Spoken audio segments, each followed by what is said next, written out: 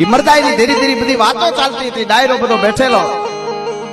અને પછી એમાં 22 વર્ષનો યુવાન રાજાજી જાદવ એ પોતાના ભાઈબંધ, જે પોતાના ઘોડાને ભાઈબંધ કહેતા હતા, એ ભાઈબંધ જેવો જે ઘોડો છે અને પાણી પાવા માટે નદી અથવા તળાવે પાણી પાવા માટે લઈ જવા માટે એની પાસે જઈને હજી હાથ ફેરવે છે.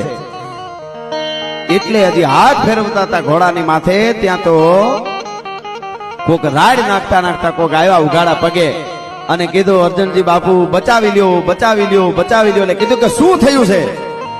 કીધું કે ચારણ આવી અને ખાસ કરીને દેવાભાઈ ચારણ, દેવાજી ચારણ જે છે એમની ગાયું લૂંટારાઓ વાળી જાય છે અને ચારણ આ એ ધા નાખી છે.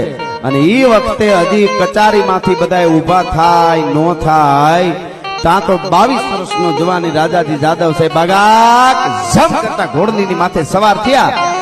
ઘોડાની માથે સવાર